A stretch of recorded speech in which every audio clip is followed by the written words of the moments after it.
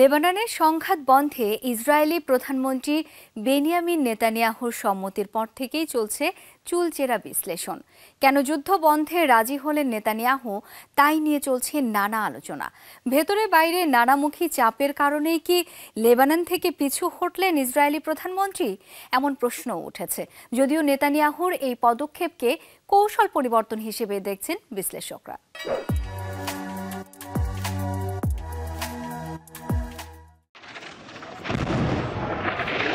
গাজায় অভিযানের পর থেকে লেবানন ইসরায়েল সীমান্তে চলছে উত্তেজনা। বৈরুত সহ দেশটির বিভিন্ন স্থানে বিমান এবং স্থল অভিযান চালায় ইসরায়েল। পাল্টা ক্ষেপণাস্ত্র হামলা চালাচ্ছে হিজবুল্লাহ। এরই মধ্যে লেবাননের সশস্ত্র গোষ্ঠীটির হামলায় আতঙ্ক ছড়িয়েছে রাজধানী তেল আবিব পর্যন্ত। অন্যদিকে ইরানের সাথেও দফায় দফায় ছড়ায় সামরিক উত্তেজনা। সব মিলিয়ে বিভিন্ন ফ্রন্টে লড়াইয়ের কারণে চাপের মুখে পড়ে ইসরায়েলি সামরিক বাহিনী। এ অবস্থায় প্রশ্ন উঠেছে, নানামুখী চাপের কারণেই লেবাননে যুদ্ধবিরতিতে রাজি হয়েছেন নেতানিয়াহু। ফলে রাজনৈতিক কৌশল হিসেবে এই পরিবর্তন বলছেন বিশ্লেষকরা। এটা নেতানিয়াহুর নতুন একটি কৌশল।